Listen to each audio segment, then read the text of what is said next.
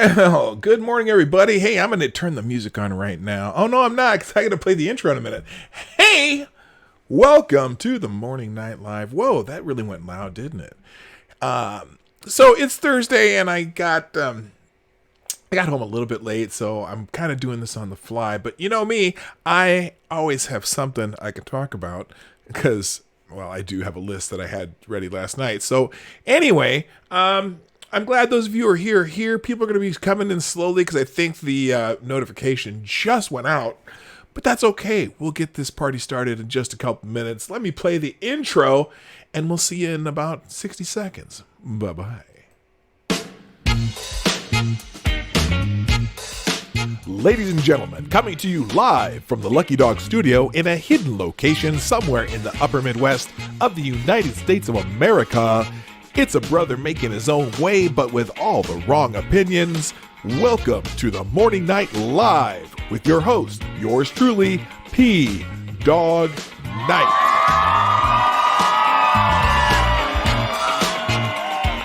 And stop the music. Good morning, people. Welcome to the Morning Night Live on this fantastic Thursday, April 23rd, 2020. It is the 314th episode of the show with your host, me, yours truly, Marty, aka PDawg Night. And welcome to everyone who is slowly strolling in. I don't know what's going on here.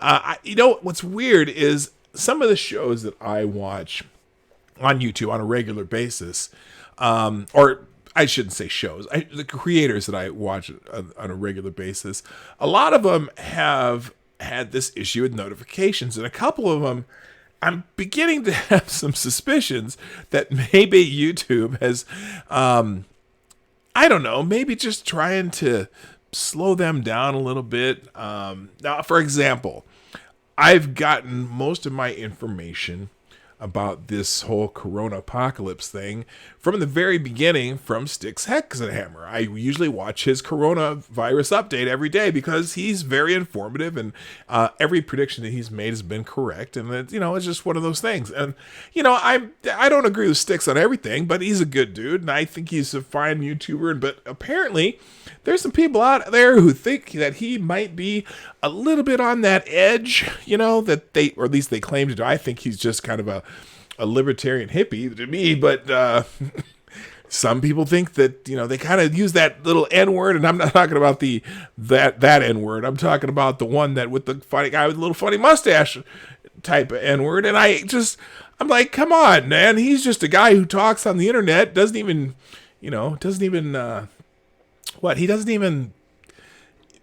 play anybody else's stuff. He just has a topic, he talks about it, it's done. Then he does one more and he talks about it and it's done. He does one more and it's done, and that's his day. But he's very astute when it comes to this particular topic. But the powers that be like to use the term authoritative sources. I think that's the term they use at YouTube. Susan Wojcicki. And so they're throttling people who may actually have better information. I'll tell you what, everything he said about it from the beginning when he first started talking about it in the middle of January up to date has been spot on, including what they should do about it. And but you don't get the notification. So hopefully you guys are getting notifications of me. I'm confident that I am way, way under the radar. Or even like Hard Bastard, he's a friend of mine, and he actually has been very instrumental in getting me subs over the last year. And his notifications aren't going on, although they yeeted him the other day. We talked about that yesterday. But I don't get it. But I can't dwell on it. I just got to think, you know what? I think my notifications are coming out. I think we're doing okay. And we'll just keep rolling along with it. Hopefully you'll get the notifications. But if you don't, that's a good reason to follow me on Twitter or Minds or Gabs or whatever, social media. I don't announce this on Facebook. I have a Facebook page just specifically for the channel, but I don't really use it actively. I thought of possibly stream, whatever, restream, doing a simultaneous stream on several platforms at the same time, so people could choose the platform they want to watch this on. But I don't. I know YouTube's weird about using restream, and I don't know. I'll figure that out some other day. Anyway, let's just before we get into today, because today the topic is they just can't help themselves, and it's about a particular article that I caught yesterday, or was it yesterday or the day before, where I was just like, say what?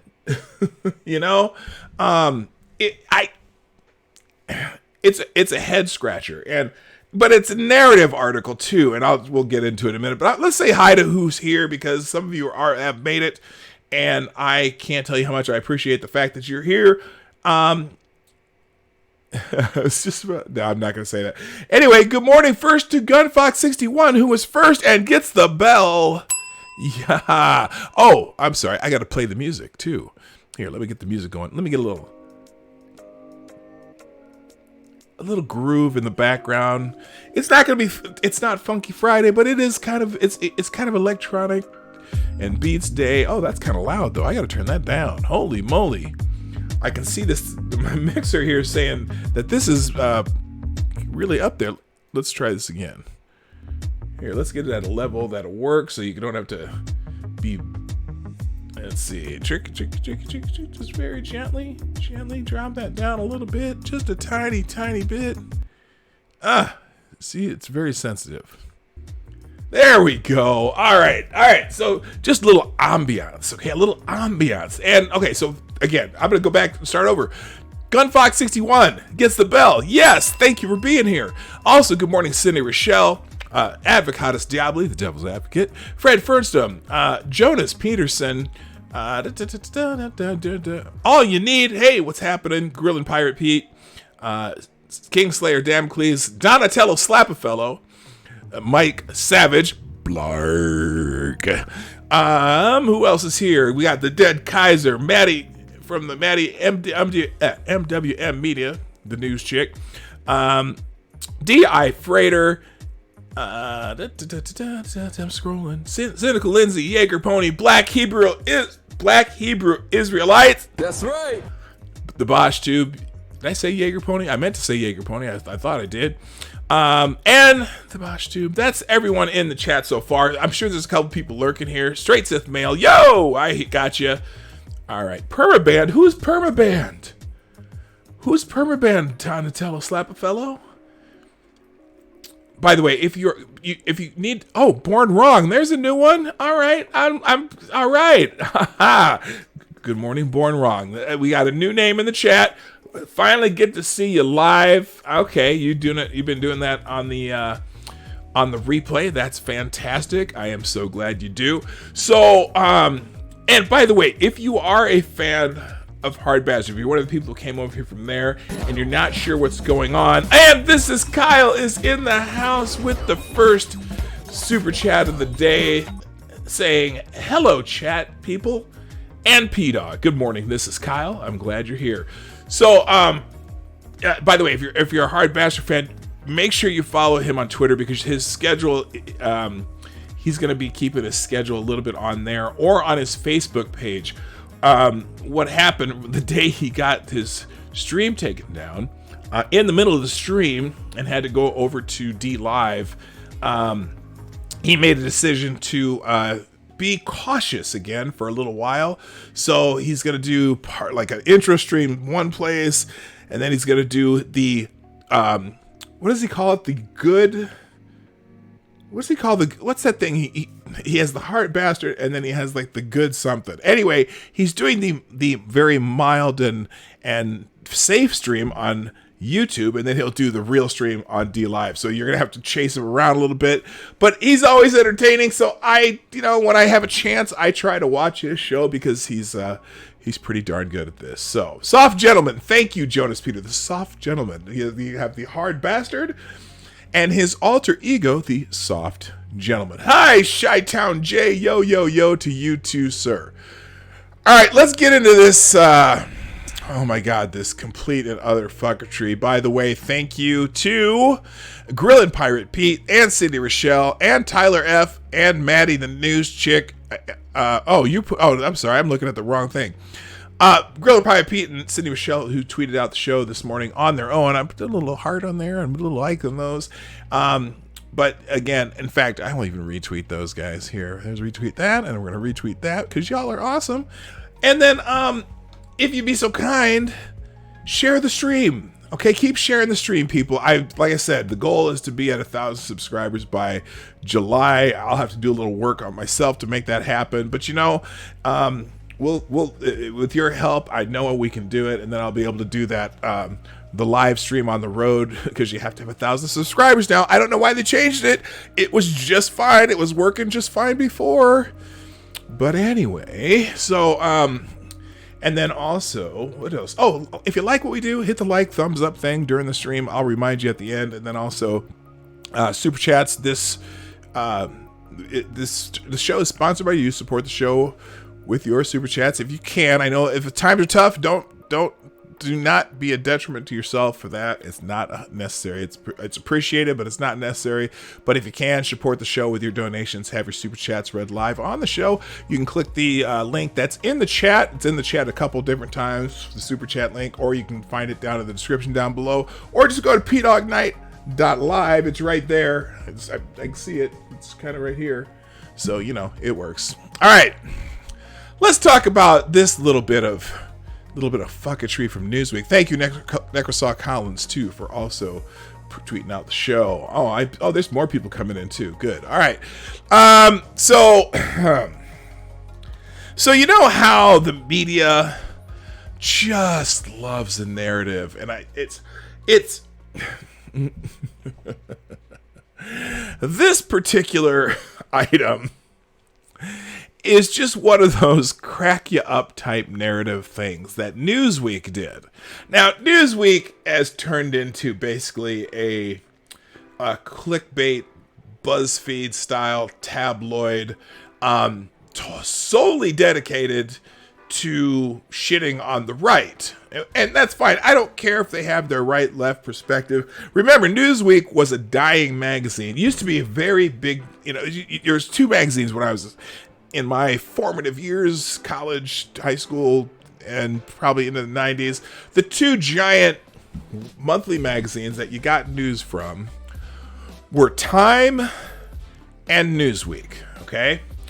And at some point in the internet era, Newsweek kind of fell off the radar. People were just like, well, Time kind of survived, and you still see it in the newsstands. But Newsweek, at one point, the entire franchise, the entire magazine, the entire company went up for sale because it was floundering so bad, and it was sold for the lofty price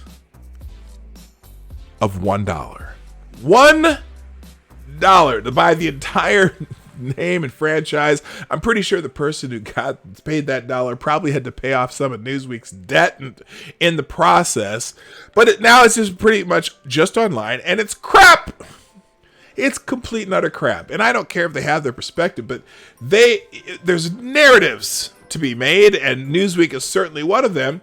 And one of the narratives, if you listen to a certain segment of the media that is most prominent, is that people who listen to Fox News are probably going to die from coronavirus more than people who don't listen to Fox News, because Fox News is nothing but disinformation. Now, I take that narrative and I apply it to what I'm seeing around our country, right? I apply it to seeing around what's going on in the country, and I look and I see that please mourn the people who have passed. I have not making fun of them at all. But let's just think about this. Where is the most prominent problems with this apocalypse, but in good old New York City. Get a rope. Okay, that's an old salsa commercial. New York City, right? And I'm just thinking to myself, do you think New York City, pretty dominated politically by Democrats, although there have been a couple Republican mayors here and there in New York, but dominated by Democrats, right? And I'm just thinking to myself, how many Fox News users or watchers are in New York City? I mean, how many? Do you think that it's only the people who watch Fox in New York City who are getting sick after riding on the subways that haven't closed and went to the Lunar New Year in Chinatown that didn't close and went to Fashion Week that didn't close and something? So and then the mayor who's like, oh, just keep it, after we're well into this, like in March, the mayor of New York City was still saying, oh no, you don't have to do any, don't have to make any change to your life, yada yada yada. Come on down and do it with this in New York, blah blah blah blah.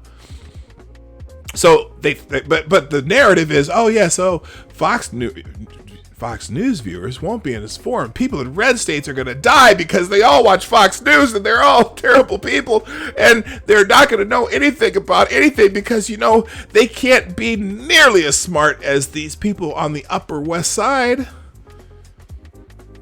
And so I'm going through my Twitter thing. Me on Twitter. I love my Twitter. And I'm thinking, this pops up. Let me show you this one. This is beautiful. Oh no, it moved. It moved just as I went to do that. Hang on a second. They're messing with me. They knew I was about to blaze them. Oh, come on now. Oh, this makes me mad. Okay, wait a minute. Oh, now yeah, here we go. Now I'll click this. All right, here it is. On Twitter, Newsweek tweets out an article that they have in their latest edition on the internet. Good morning, Raymond Lewis. How you doing, brother? Coronavirus deaths greater among Fox News viewers that prefer Hannity over Tucker Carlson. Study says. Study says. Let's take a look at this article from Newsweek.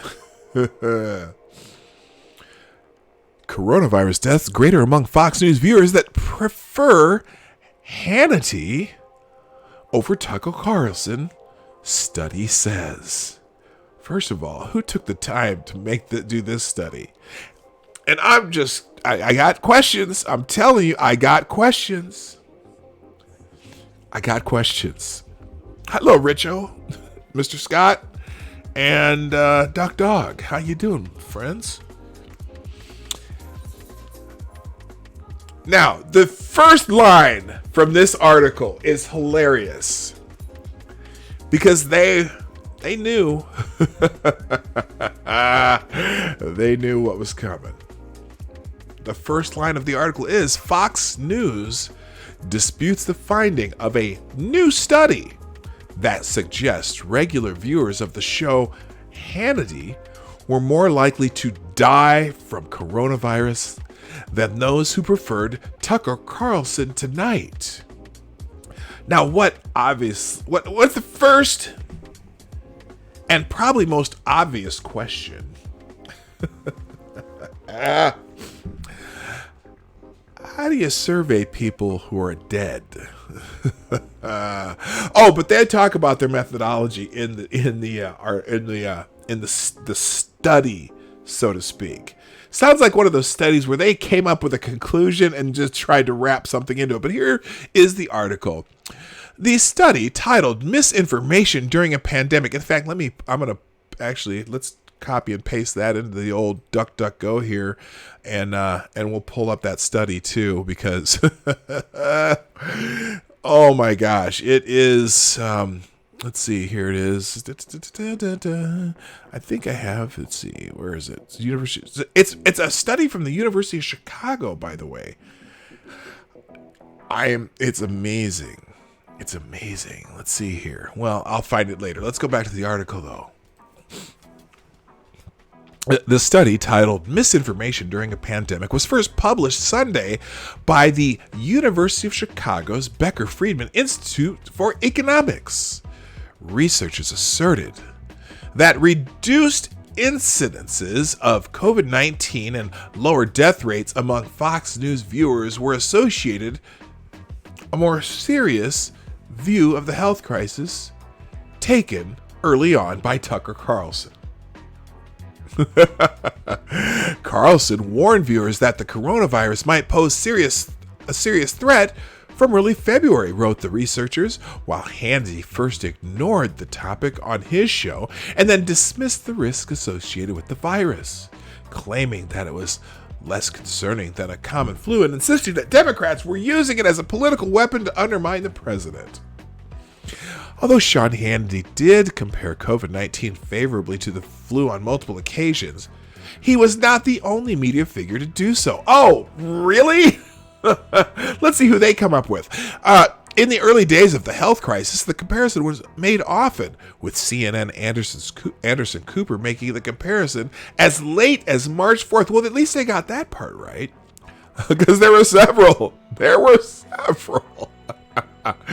Oh my gosh. And in fact, I think the mayor of New York might have had some influence on people in March, and the health commissioner of New York. But I'm going to continue this article because I don't want to get distracted. Viewership of Hannity relative to Carlson's show was associated around 30% more cases of COVID-19 on March 14th and 21% more deaths due to the virus on March 28th, according to the study. Now, how the hell did they come up with this? Oh, sure. Wait, hold on. No, turn that off. The effect is said to have trailed off after that, which the researchers suggest happened because there was a gradual convergence in scripts for the shows that started in late February. The study argues that Hannity began shifting his views as the scale of the impending health crisis became clear in late February. By mid-March, areas with high viewership of Hannity were said to have correlated with areas hardest hit by the pandemic. Now, how did they come up with that? By mid-March, areas with high viewership for Hannity were said to have correlated with areas hardest hit by the pandemic, while those who preferred Tucker Carlson tonight tended to be located in areas impacted less severely. Now, here is my question to the researchers.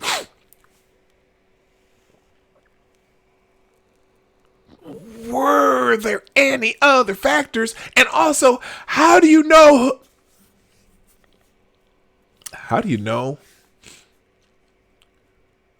who watches it where? Yes, there's Nielsen ratings and things like that, but you got to remember, Fox News is one of the most watched most watched news channels. However, there's a lot of people who do not watch Fox News. In fact, the majority don't. If you combine all the others together, right? So how did they come up with this? Carlson was described as the outlier on Fox News for expressing caution that the virus could pose a serious threat as early on. Okay, they really messed up. As early as January 28th, he warned of the potentially very serious dangers of the virus, correctly predicting that it could become a pandemic. The researchers also conducted a survey that found Fox News viewers who preferred Hannity changed their behavior in reaction to the virus 5 days later than average. How would they know if they are dead? How would they know which viewers change their behaviors? How would they know which these viewers that are dead? How would they know? And listen how specific they are. Researchers conducted a survey that found that Fox News viewers who preferred Hannity changed their behaviors in reaction to the virus 5 days later than average. Really? How do you, what? While Tucker Carlson Tonight viewers changed theirs 3 days earlier than average? Okay, wait a minute. Also, where are you getting this average from? So let's say so let me ask you about, well, how about Anderson Cooper viewers? Were Anderson Cooper viewers the average? So if you watch Tucker Carlson Tonight, you're less likely to die than a Anderson Cooper viewer? Or what's the change their behaviors? What's the average of when they change their behaviors? It continues. Fox News disputes the findings of the study, insisting that it is factually wrong and the evidence used by the research was unfairly selected. The selective cherry-picked clips of Sean Hannity coverage used in the study are not only reckless and irresponsible, but they are downright factually wrong, said Fox News spokesperson in a statement obtained by Newsweek. As this timeline proves, so they have a timeline of Hannity's show. Hannity has covered COVID-19 since the early days of the story, the statement continues. The study almost completely ignores his coverage and repeated specific warnings and concerns from January 27th to February 26th, including an early interview with Dr. Fauci in January. This is reckless disregard for the truth. The timeline provided by Fox News includes gaps in Hannity's coverage of the virus and does not compare his show with Tucker Carlson Tonight. Oh, so and it says the University of Chicago researchers also do not provide a complete record of potentially relevant shows from both hosts in their published paper. Wow, that seems to be a glaring discrepancy, something missing. Don't you think that would be important? That they give evidence of what the hosts were saying at the times they're saying would cause people to change their behavior either an average of 5 days later or 3 days earlier. Although they say their findings are based on analysis of complete transcripts for the show. You know, I'm just spitballing here.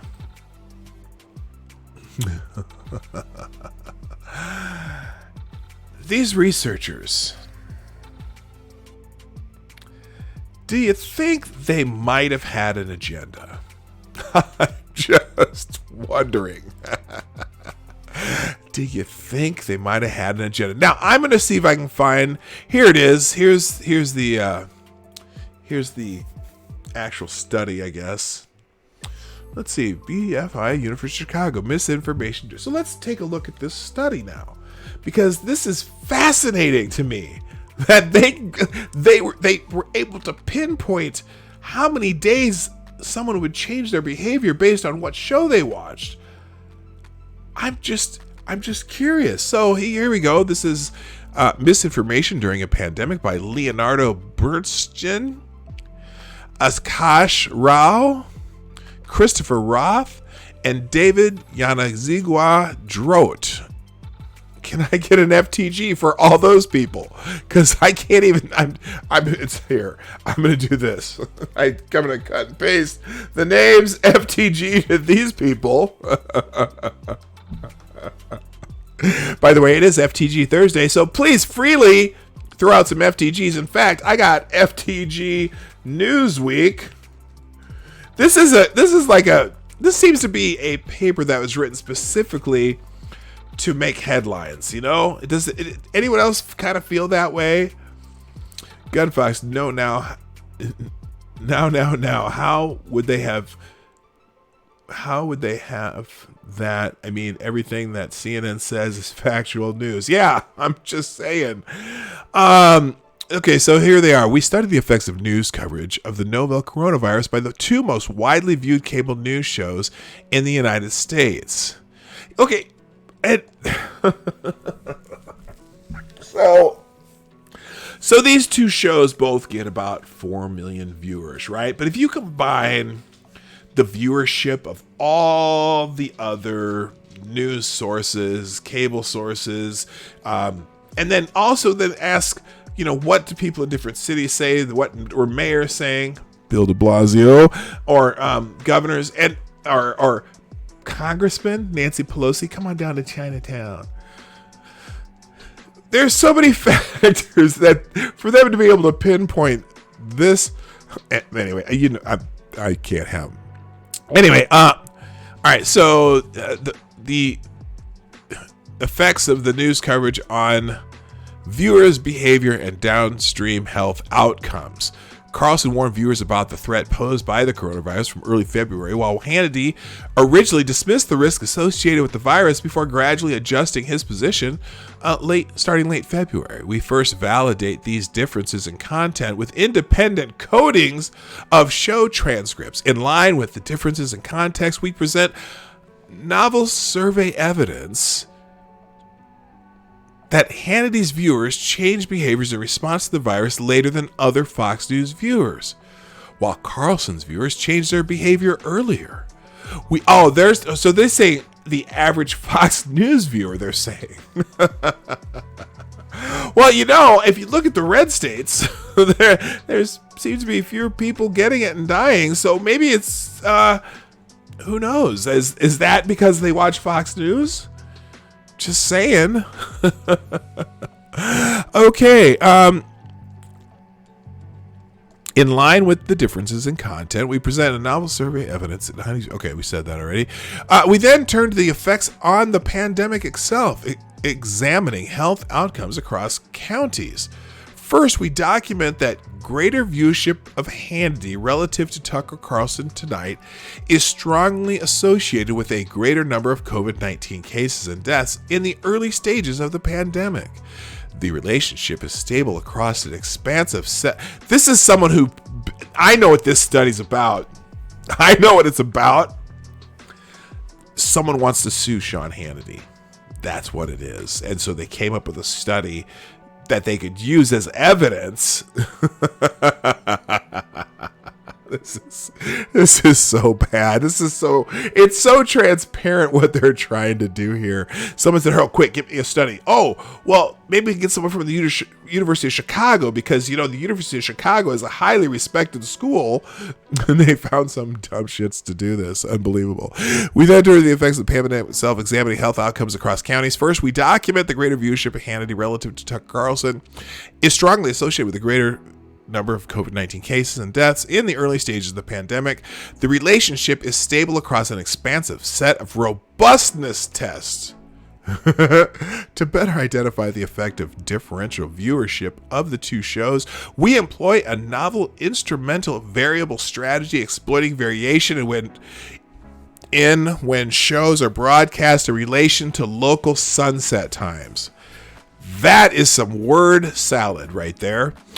These estimates also show the greater exposure to Hannity relative to Tucker Carlson tonight is associated with a greater number of county-level cases and deaths. So, again, how do you... Look, if you're watching Tucker Carlson, you're probably watching Hannity too. Or, do you think what about the crossover? Are there people who only watch Tucker Carlson and then people who only watch Sean Hannity? If you're a Fox News viewer and that's your routine to watch Fox News at night, I don't know. When I used to watch Fox News. I haven't really watched it for 10, 15 years. But I would, if I'm watching it and I'm going from show to show. Anyway. These estimates also show... Okay, wait a minute. Where was I? Here we go. Furthermore, the results suggest that in mid-March, after Hannity's shift in tone, the diverging trajectories in COVID-19 cases began to revert. Well, wait a minute, because the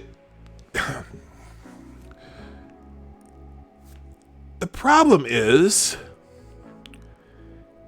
the growth in cases happened in February and March. So the exponential growth in cases throughout the country, wherever it was all happening in March and into April, like in New York City. So what are they talking about here? We provide additional evidence consistent with misinformation being an important mechanism driving the effects in the data. While our findings cannot yet speak to long-term effects, they indicate that provision of misinformation in the early stages of a pandemic can have important consequences for how a disease ultimately affects a population. Will they let you view the working paper? Yeah, here it is. That's just the abstract. It is a 90-page research paper. Oh my God. Well, I'm going to have some light reading to do over the weekend because I really want to get into this. Yeah, how do they define misinformation? That's another thing. Do they define misinformation based on what the WHO was saying at the time? Oops, I mean the Organization of something health around the world. I have to say it backwards because they might shut me down if I talk badly about the organization that does health around the world. Oh man. Holy shit. Anyway, so let's have a second round of FTGs for these people. FTG, there's their names again. For the University of Chicago for actually publishing this drivel. Let's move on. Enough of Newsweek there. By the way, good morning, Jen T. How you doing? Sean, how you doing? Yeah, only 90 pages, not much research going on. Well, I don't know. I'm just dumbfounded. All right, let's move on. There's also a study that came out recently that was talking about... Oh, hello, TC Ball. Were you talking about the band, right? Which band was that? No, Doug. You were talking about the band, right? I'm not sure what that means. Maybe you could clarify. All right. There's also a study that... Again, notice all these studies that become really... well publicized, always happen to go against either the right or something the president said, because you got to make sure that you contradict the president. Now I don't know if ambivalent's the word, but I started talking about hydroxychloroquine and chloroquine a while back when I first saw the first guy that I saw talking about it was some guy who did a study and he had someone on his radio show, and I said, you know what? I don't know if this is actually going to work or not. They need to study it, and if it's something that works, great. And then the next day, Dr. Burke started talking about it, so then I found another person who was talking about it, so the whole conversation came up, and then the president started talking about it. As soon as the president started talking about it, everyone said, nope. Not everyone, all the people who hate the president were saying, oh, he's trying to prescribe something. He's trying to be a doctor, blah, blah, blah, blah, blah, blah, blah. And so anything that goes against the idea of either of those two products working gets really pumped up in the media. They're like, see, told you so. Trump's an idiot. Trump's an asshole, blah, blah, blah, blah. And then anything that studies that support that say, oh, yep, here's some study that, kind of sees that it works for these people, blah, blah, blah. Nothing. You never hear about it. Okay. Well, recently there was a study done on veterans, 328, I think, that said that it caused more deaths than not. And so everyone's just jumping all over it, right? They're so excited about this study because it's it takes a dump on the president, right?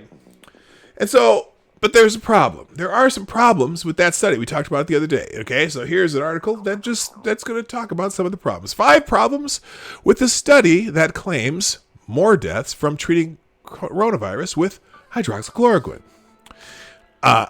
On Tuesday, the result of a study on the benefits of hydroxychloroquine as a treatment for the coronavirus were released.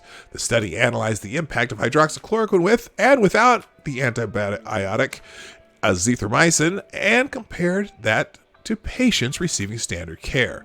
The study found there were, quote, more deaths among those given hydroxychloroquine than those who just received standard care.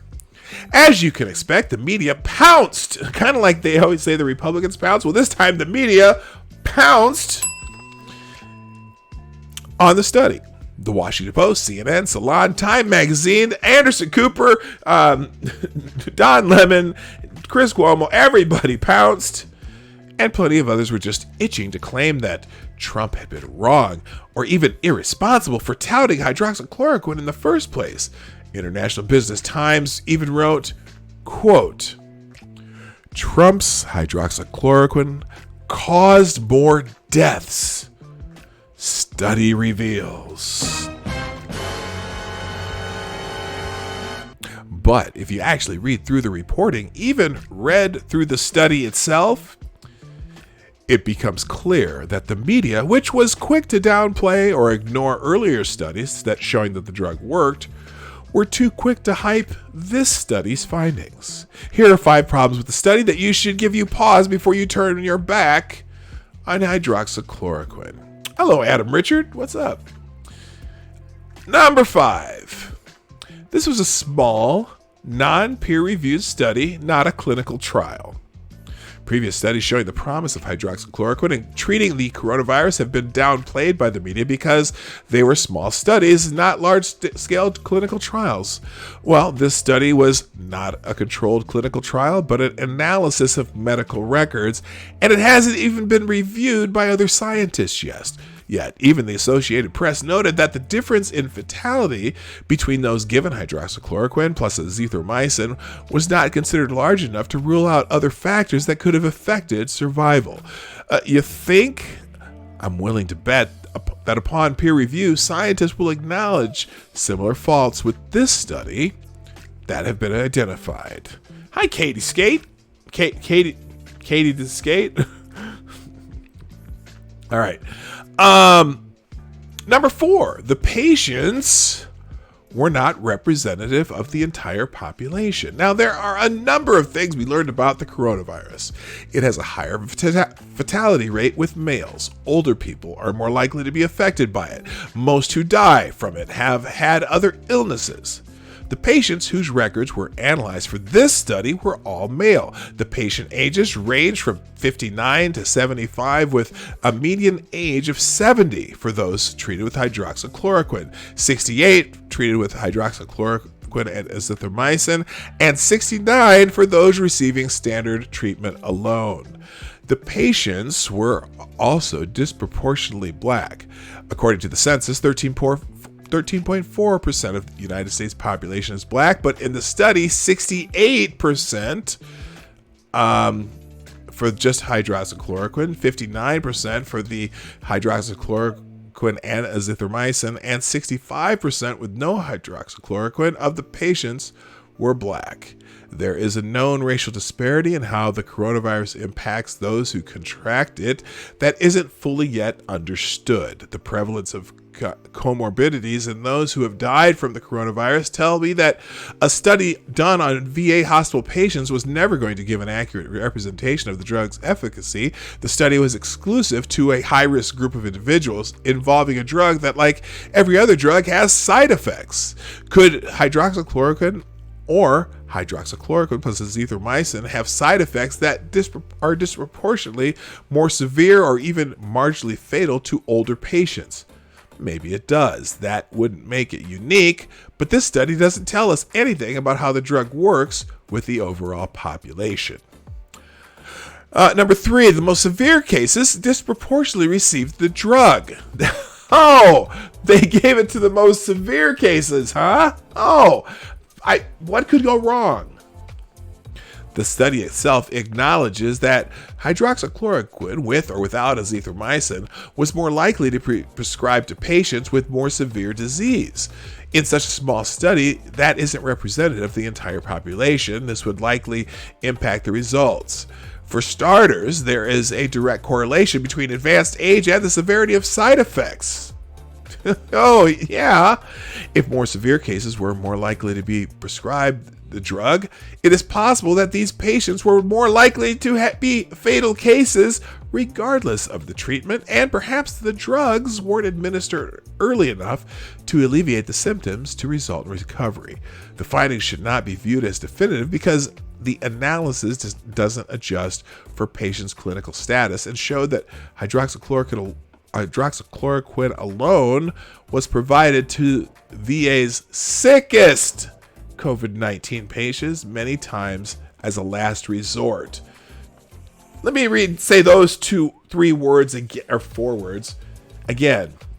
As a last resort. I didn't know this. I didn't read the study.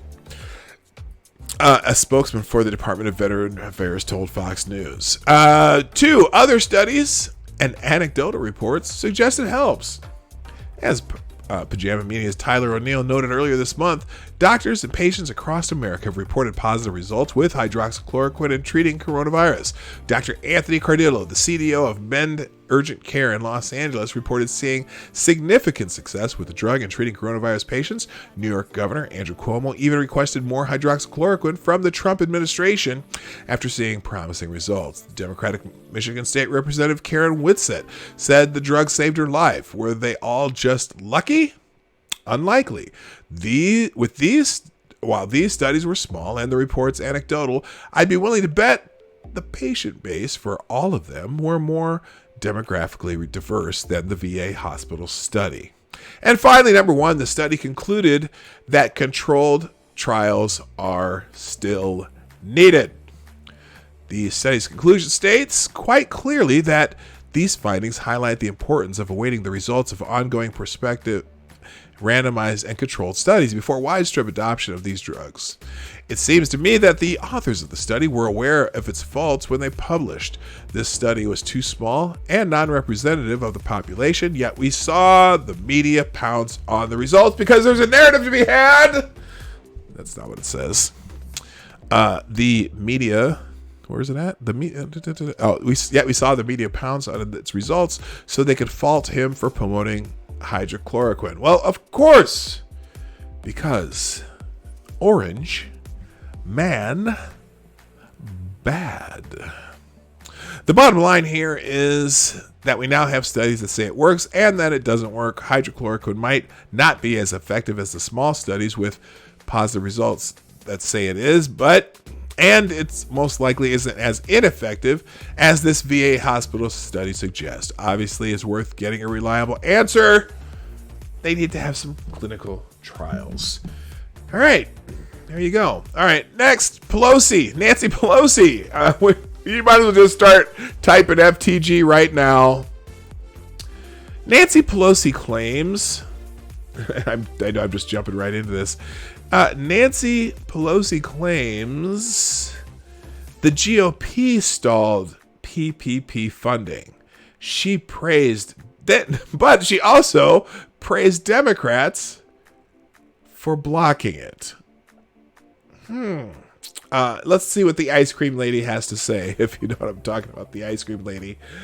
Democrat House Speaker Nancy Pelosi sought on Wednesday to deflect blame for the Democrats stalling to replenish funds in the Paycheck Protection Program by claiming that it was really the Republicans who stalled the funding, which is not true. Were they stalling the funding when she was on the James Corden show doing her Cribs imitation, showing her $24,000 worth of refrigerator freezer setups and about $200 of ice cream in the one little freezer down below? Is that when the Republicans were stalling it? I'm just curious. We are very pleased that the Senate finally accepted the fact that we needed more money for testing, for hospitals, for lower, smaller businesses to participate in the Paycheck Protection Program, Pelosi claimed. It took them a couple of weeks, but they finally did. Say what? Say what? Weren't you in San Francisco at home? It even took them a couple weeks. Miss I Love Chocolate. Huh. Mitch McConnell likes to say we delayed the bill. No, he delayed the bill, Pelosi falsely claimed. So we were very pleased that he finally came around to the fact that we had to go forward with this. So he was the one wasting time. I say that because I keep hearing him say we delayed. No, he delayed. Pelosi's claims are not true. In fact, a little over a week ago, Pelosi praised Senate Democrats for refusing to pass legislation to replenish funding for the PPP. Now, here's something interesting about that. So they ended up passing a bill with not just the payment protection program, additional funds for small businesses that they're going to do it through credit unions and small local banks, so that smaller businesses are the ones who are going to be getting the money. But here's the thing. Then they added on like a bunch of money for additional money for testing in hospitals and things like that. But the reason they needed to go back and redo this part for the PPP is because the first 350 whatever billion or whatever they're spending ran out. The program, they sent out all this money. Now they're getting some of it back because we're figuring out that some people got it, probably shouldn't have. But it was all spent, right?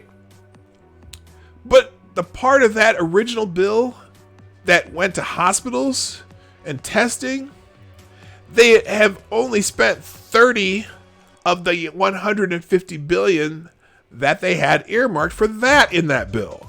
So the hospital funding and testing part, they didn't need to add funds to that yet, because they weren't even a third of the way through, fifth of the way through. They were just a fifth of the way through that money. But the PPP funds were gone. So they added just so that they can delay it. They're delaying everything. Now, it's funny because when Dan Crenshaw was on Bill Maher and they were talking about early on in this timeline when the first time that Trump asked for money, asked for $2.5 billion, right? And he, because this was something that they was urgent. Oh, MC's in the house. How you doing, man? Hammer time. And so anyway, when Trump first was asking for money, saying, we need to do this because this bad thing's coming up, and they're saying Trump waited and wasted time and wasted all of February. But when the first time he went in there and asked Congress to appropriate money for these, this problem, $2.5 billion, and Nancy Pelosi never brought a bill to the floor until an entire week later. In fact, what did Dan Crenshaw say? The bill she put on the floor, something about flavored vaping, right? He said we need this money because we have this issue coming up, and we need to make sure we need money for testing. Asked for $2.5 billion. They didn't bring up the bill for another week. Okay, so you say that why weren't we starting testing in the beginning of February? Well, because Congress didn't fund testing for an entire week later. And then they ended up doing like 8-something billion, whatever, that first round. But so when you say, oh, it's Trump's fault we didn't do something sooner. Trump asked for the money. Right? What did you guys do? Nancy Pelosi, remember? You're the Speaker of the House. You can decide what bills get pushed through the House, which bills get brought up. You're the Speaker of the House. Why'd you wait a week? If this was so important, and now you're saying, well, Trump didn't do his job, they're going to have investigations on the COVID-19 response. Well, how about that time when Nancy Pelosi didn't bring that bill up? Can we get an FTG for Nancy Pelosi? I'm sorry. I know I already said it. FTG, Nancy Pelosi. So anyway, Pelosi's claims are not true. In fact, a little over a week ago, Pelosi praised Senate Democrats for refusing to pass legislation to replenish funding for the PPP. So last week when they they asked for $250 million in 48 hours. And I said, well, I don't think so. Because let them eat ice cream. Let's see how we can open this up to many more people, Pelosi said. So Chuck Schumer and I, this all happened on the Senate side, and I congratulate the Senate Democrats. They went on the floor when Mitch McConnell went in for his 250, and they said they objected. Here she is. This is the ice cream lady. So last week when they asked for $250 billion in 48 hours. I said, well, I don't think so. Let's see how we can open this up to many more people. Well, Chuck Schumer and I, this all happened on the Senate side, and I congratulate the Senate Democrats. They went to the floor when Mitch McConnell went in for 250. I wondered who held this up then. They objected. Okay, so how did the Republicans hold that up? I'm just curious. So anyway, FTG Nancy Pelosi. Moving on. If you're not familiar with Stacey Abrams ran for the governor of Georgia and lost by 50,000 votes. But then she never has really conceded that she got beat, even though she got beat by 50,000 votes because voter suppression or some shit. But 50,000 votes you lost by. Stacey Abrams thinks that Biden VP pick should be a black woman as payback for our loyalty. Wednesday on ABC's The View, former Georgia gubernatorial candidate Stacey Abrams said presumptive Democratic nominee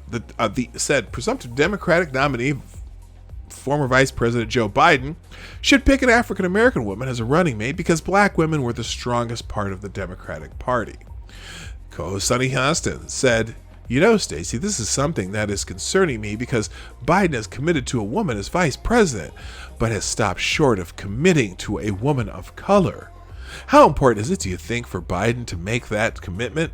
Do you think it's that not choosing a woman of color, a black woman, actually is a slap in the face to the black female voters who are credited with really reviving his candidacy? Oh, Skeptalk, what's up? I haven't seen you around for a while. Abrams said, I think Vice President Biden is going to make a smart choice. I appreciate the fact that he has lifted up women as being a necessary partner in this. I would share your concern about not picking a woman of color. Stop saying a woman of color. Dear, this cup is purple. Is that a color? This cup is green. Is that a color? Just say black woman. Because women of color, particularly black women, she said say it, are the strongest part of the Democratic Party, the most loyal. But that loyalty isn't simply how we vote, it's how we work. If we want to signal that work will continue, that we're going to reach not just to certain segments of our community. Wait a minute, isn't that just a certain segment of the community? But to the entire country. But we need a ticket that reflects the diversity of America. I just have a question, okay? So Joe Biden, who's running for president, and he probably is the presumptive Democratic nominee, unless he has another aneurysm or something, or someone decides that the fact that he can't put a full sentence together without changing subjects 7 times, and just say, Joe, I'm sorry, but we just pat him on the head and say, I'm sorry, Joe, this ain't gonna work. But let's say he does stick with the nominee of president of the United States. Do you think that now? And also the other thing, the other day, Stacey Abrams said that she would be honored and is fully prepared to be Joe Biden's running mate. So let's say, for example, Joe Biden decided to pick Stacey Abrams as his running mate. Stacey Abrams. She was in the Georgia legislature. She lost the election for governor of Georgia. And you're thinking maybe that he would pick Stacey Abrams. She lost by 50,000 votes in Georgia, so I don't know if it's going to help her in Georgia. She lost by 50,000 votes. How is that? I don't know how that would help the ticket. I don't know. Anyway, FTG Stacey Abrams. Moving on. Oh, everybody's favorite politician in America, Alexandria Ocasio-Cortez, is back in the news. She urges a work boycott in reopened states. Now, appearing on Vice's seat at the table with Anand Giridharadas. I think, isn't that the guy who was her campaign manager? Anyway, Representative Alexandria Ocasio-Cortez urged Americans not to return to work after states began reopening their respective economies in response to updated information on Chinese coronavirus pandemic. Well, let me see. Do they have a video of her? Because this is her. Listen to what she says here. Oh, that's a commercial. No, this is it. There's a lot that we could be doing right now, but ultimately, I think when we talk about this idea of reopening society, only in America does the president, when the president tweets about liberation, does he mean go back to work? When we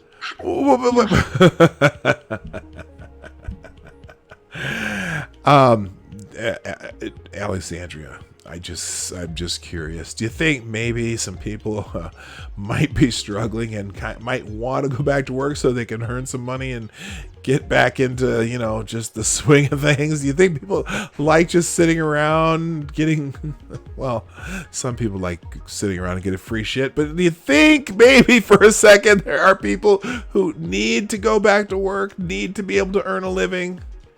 Have this discussion about going back or reopening. Oh, is this just for the rich people? I think a lot of people should just say no. We're not going back to that. Oh, say no. We're not going back to that. We're not going to work. We're not. You know what? They don't want to make a living. And do what? Listen to her. We're not going back to working 70-hour weeks just so that we could put food on the table and not eat. Hold on. Not go back to working 70-hour weeks. Why did she assume that there's a lot of Americans out of work? Do you think they're all going back to 70-hour weeks? How about the guy who works for I don't know, that one of those non-essential businesses, maybe they just have a little, maybe they work for like a real estate office, not essential business, just a you know what, they work, let's say the guy who works 35 hours a week part-time at that real estate office or whatever, I don't even know what a non-essential business is. Anyone sitting at home who can't work and can't make money because they've been forced out of it. What is she talking about? How many of these people just want to sit home? They should just refuse to go back to work. Well, it's easy when you're in Congress and you get paid anyway, right? And you get health care anyway. Even feel any sort of semblance of security in our lives. Yeah, brilliant. So anyway, Ocasio-Cortez's call to action comes as several states are preparing to partially reopen their economies, with southern states such as Texas, Georgia, Tennessee, and South Carolina leading the charge. Additionally, Colorado Governor Jared Polis Democrat, has announced his state's stay-at-home order will be downgraded to a safer-at-home mandate that allows certain businesses to reopen Friday. Ocasio-Cortez's remarks also come after a controversy where she appeared to cheer record-low oil prices, touting the crash as an opportunity to invest in green infrastructure to save our planet. You absolutely love to see it. Okay, yeah, there's thousands and thousands of jobs that revolve around that particular industry. And she absolutely loved to see it. She said in response to a tweet about oil prices, "This, along with the record low interest rates, means it's the right time for a worker-led mass investment in green infrastructure to save our planet." And then she quickly deleted it because she started taking shit for it. Anyway, can I get an FTG for Alexandria Ocasio-Cortez? All right. Let's see. John Brennan.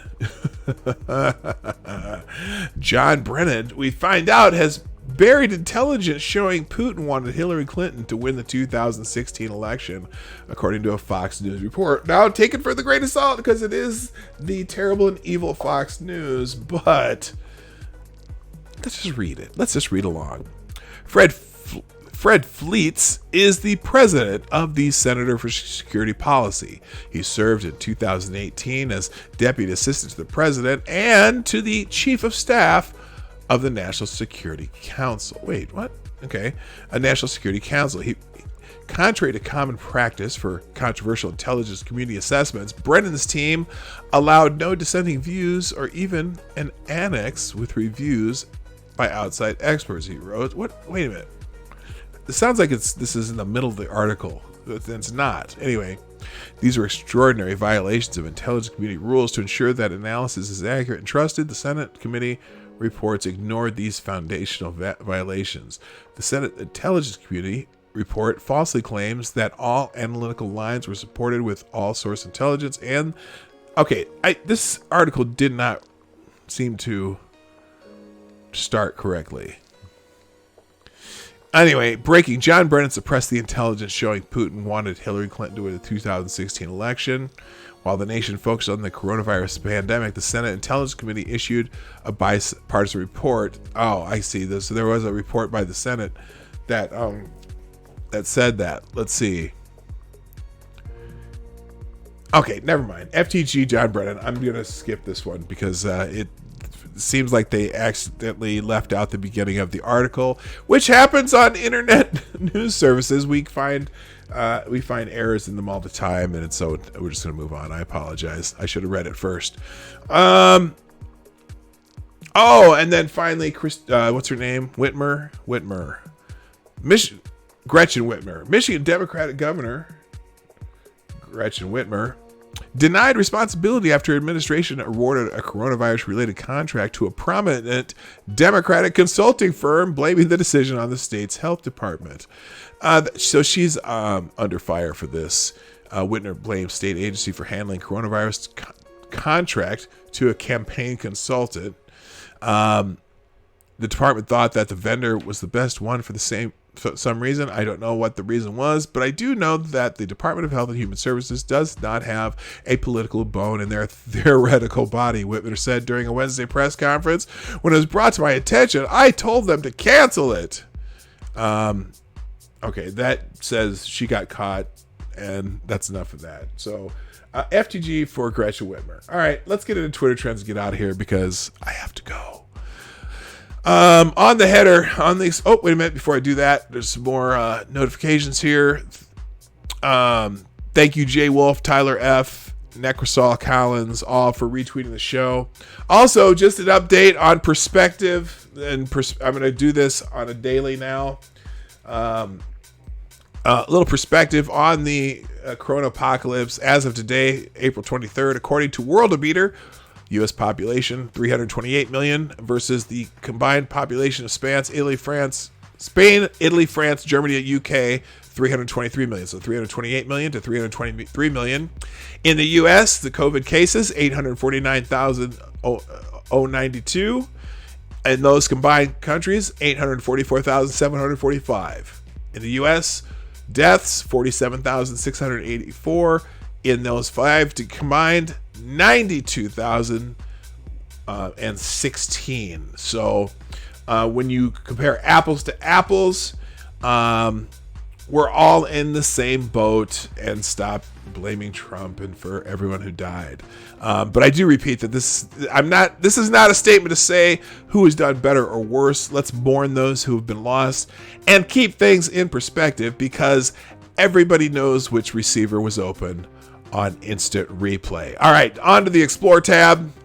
On the top, oh no, coronavirus on the Explore tab. Again, Extraction, a new movie out with, who's this guy that played, the same guy who played Thor.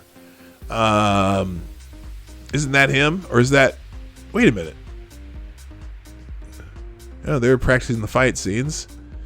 Chris Hemsworth, Tripatha Pankaj, Randeep Huda, and Priyanshu somebody.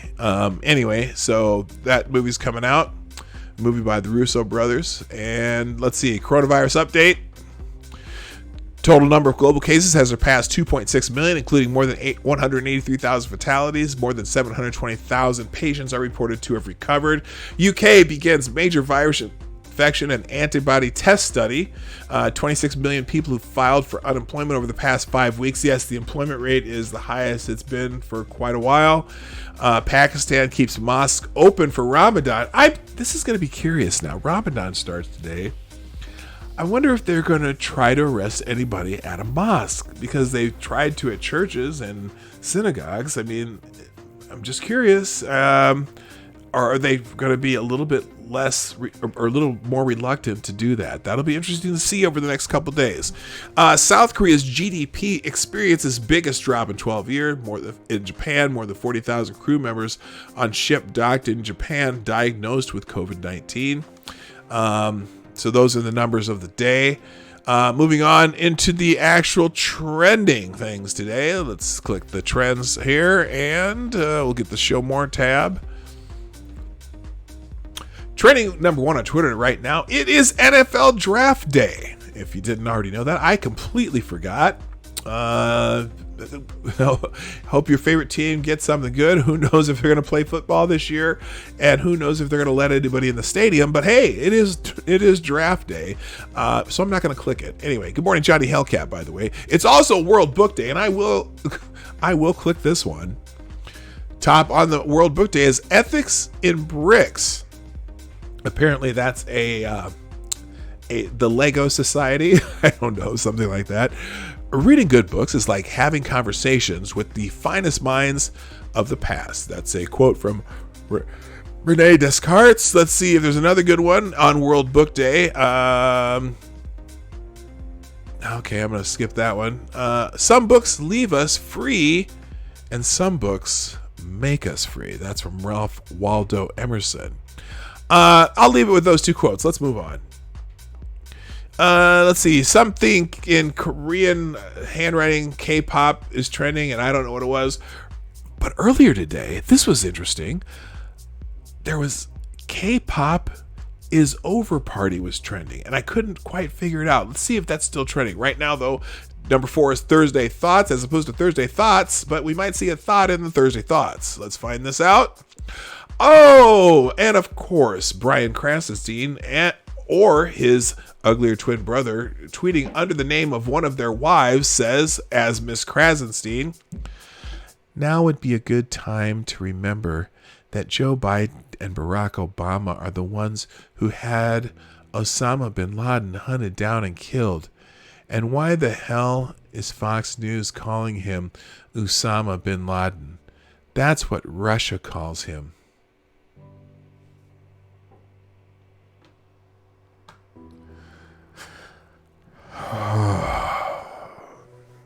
Okay, give me. That's their Thursday thought. FTG Krasenstein. FTG to Krasenstein. Let's see what else. This guy discovered milk must have been doing some weird shit. That's I don't know if you can see the raised eyebrow on the dog, if the dog really had an eyebrow. Okay, here's a good Thursday thought. A good life is when you assume nothing, do more, need less, smile often, dream big, laugh a lot, and realize how blessed you are. Hopefully that Thursday thought will take you through the day. Let's move on. What happened there? That's not what I wanted. I want Thursday morning. Looked like it was trending next, which I'm going to skip. Senator Warren is trending. Uh-oh. One of the top vice presidential possibilities. Oh, that's not good. Okay. Elizabeth Warren's oldest brother dies of coronavirus in Oklahoma. Deep and genuine condolences to Senator Warren and her family. Okay, and that's, you know what? I'm gonna just leave it at that. It's that's sad. Let's see. She announced, my oldest brother Don Reed died. Here, there's a thread here. Let's see how. She says, my oldest brother Don Reed died from coronavirus on the Tuesday evening. He joined the Air Force at 19 and spent his career in the military, including 5.5 years off off and on in combat in Vietnam. He was charming and funny, a natural leader. He was 86 years old, but yeah, complications from coronavirus. What made him extra special was a smile, quick and crooked. It always seemed to generate its own light, one that lit up everyone around him. I'm grateful to the nurses and frontline staff who took care of him, but it's hard to know that there was no family to hold his hand or to say I love you one more time. And no funeral for those of us who loved him to hold each other close. I miss you dearly, my brother. All right, so, no jokes, nothing here. Sincere best wishes and condolences to Senator Warren and her family. We're going to move on. Another 4.4. There's another 4.4 million Americans file for unemployment as the country deals with the pandemic. You know, interesting about that is there's an article that I'll maybe get to tomorrow, talking about how the extra $600 that everyone's getting, plus on top of 100% of pay, is kind of skewing the job market right now. A lot of employers are laying people off because they can, and the employees are like, well, I'm making more than I do than when I'm working, so why would I not take the unemployment? Even with the PPP out there, some people may just choose to take the unemployment because you make more money than you would if you didn't. When they first proposed that, remember there was someone who got up. It was Bernie Sanders, screaming and yelling at the top of his lungs on the Senate floor. Well, why, we're holding up this bill and Republicans are complaining just because someone might get an extra $600 a month? Gee, who would have thunk that some people might just go ahead and take the unemployment and take it for as long as they can because they get $600 more than they would normally be making? Duh. No shocker. Johnny Manziel's trending. Why? I don't know. Johnny Manziel, when he sees himself trending on Twitter, I didn't do nothing. Never forget that Skip Bayless said that Johnny Manziel would be bigger in Cleveland than LeBron ever was. Okay, why is he trending though? Okay, so Skip Bayless said something this morning, and here we go. You also said you would take Johnny Manziel #1 overall. Your draft takes mean absolutely nothing. Okay, because people are talking about draft picks, and Skip Bayless said something, and so they're reminding him of Johnny Manziel. Since Johnny Manziel is trending, it seems a good time to trot this out. Update: Walter Payton still has 2 more career NFL touchdown passes than Johnny Manziel. Oh, that's funny. Okay, let's move on. William Shakespeare's trending. Is it his birthday? Is it William Shakespeare's birthday? I hope he didn't get coronavirus. Happy birthday to William Shakespeare. Little gay hoop. What?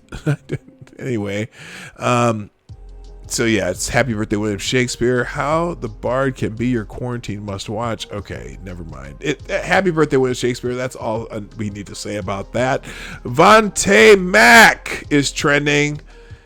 Is he going to be the number one pick? There's a lot of smoke coming out of Cleveland that the Browns may be trying to trade up to number 3 to take Ohio State fullback star or Ohio State football star linebacker Vontae Mack. Mack has been shooting up the draft boards, and it's highly unlikely he drops the Browns current pick, number 10. Yeah, he's a beast.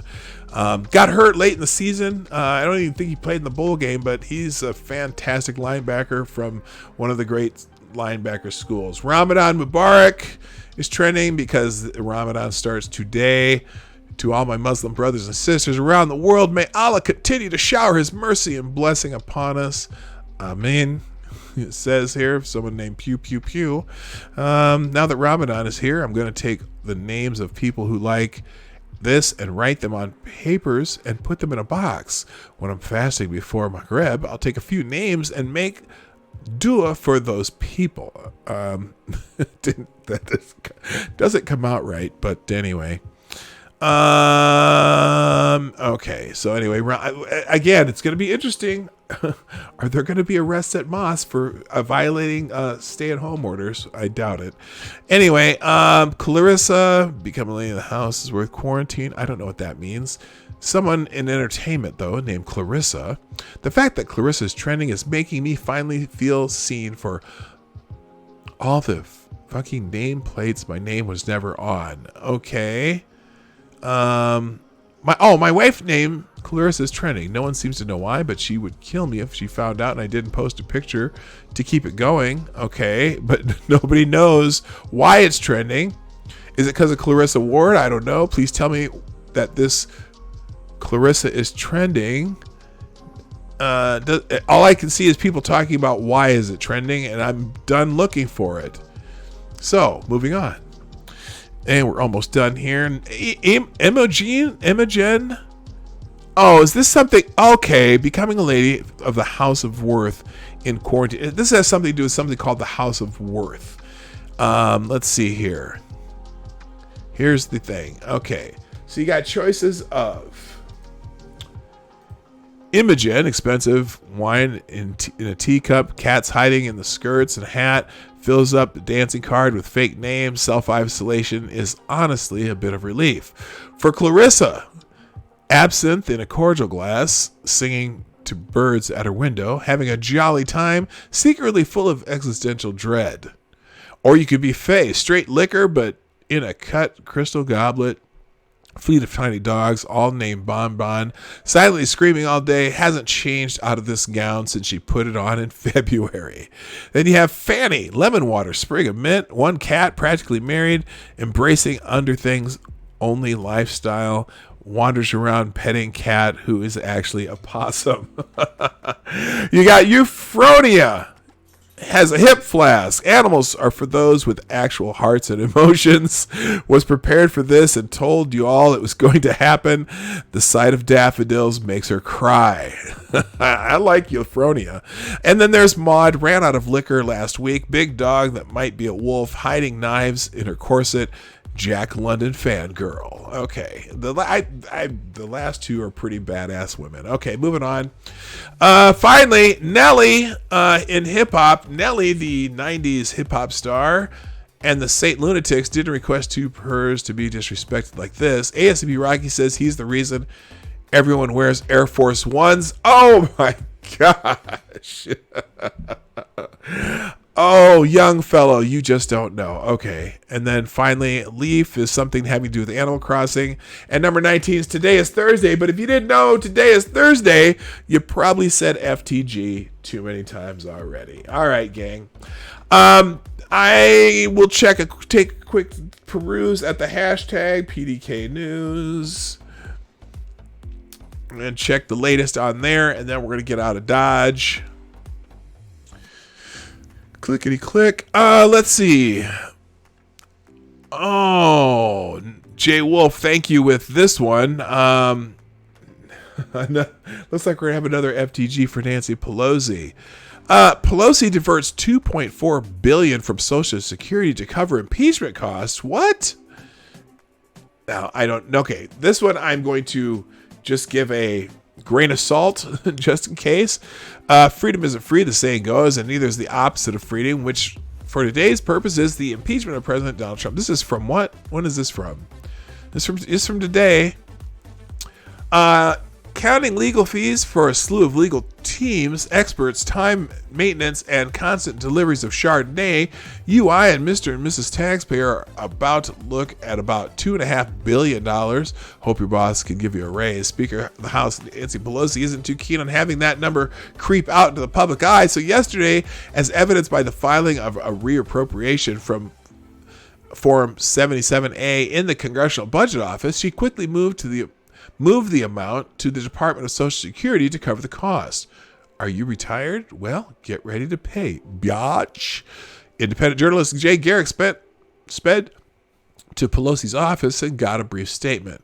Well, most of Mr. Trump's voters and supporters are retired seniors.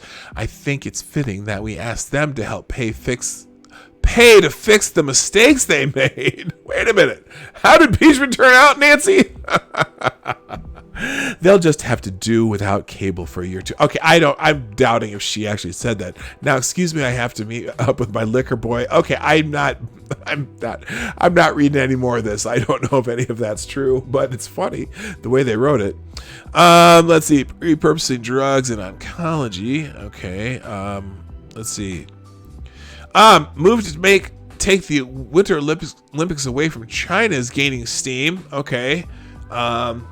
I could see them doing that. I'm not going to click the news, but okay. Thank you. By the way, thank you, Jay Wolf, for sending all these. And then nicotine may lower the risk of catching coronavirus. Oh my gosh. According to a major Paris hospital study, tobacco could be saving smokers from catching COVID-19. Researchers suggest. Okay, I'm going to open that and see what the rest of that sentence is.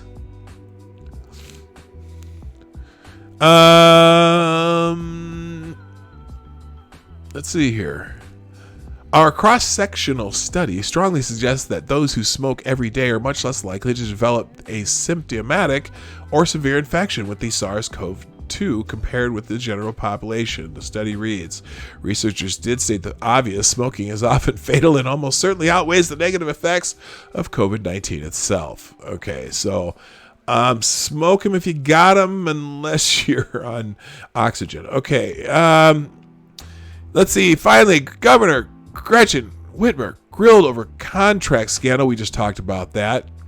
So we're going to move on. All right, that's it, guys. I got to call it a day. Thank you all for being here. I greatly appreciate your time and effort to make the chat fun and and strain your ears listening to me all day. But I actually got to go. So just a reminder, we're here Monday through Friday, 10 o'clock Eastern, 9 o'clock Central, 2 p.m. GMT for those of you in other parts of the world who use GMT or even knows what it means. I know it's Greenwich Mean Time. Mean, not mean like in Mean Girls, but just mean as in the mean and the median and all that stuff. Greenwich Mean Time. It's the official world ticker that we all go by. Anyway, before you go, if you haven't done so already, please hit that thumbs up on the way out and share the stream. Please share the stream because we want to grow and grow and grow and make it fun for everybody. Also, why is that one going so fast and this one's going so slow? I don't know how that's happening. Anyway, hello, Check Your Logic. I'm glad you made it. So, if you want to support the channel and the effort that we do here, you can always throw a couple bucks in the tip jar and use that as your Streamlabs super chat. The link is always in the description down below and in the chat once in a while, and it's there at the PDawg.live website. So thank you so much for the people who show up every day and watch. And if you're new here, make sure you subscribe, click the bell. That's the end of the show, though, gang. I gotta go. My name is PDawg Knight, and I am out of here. Bye.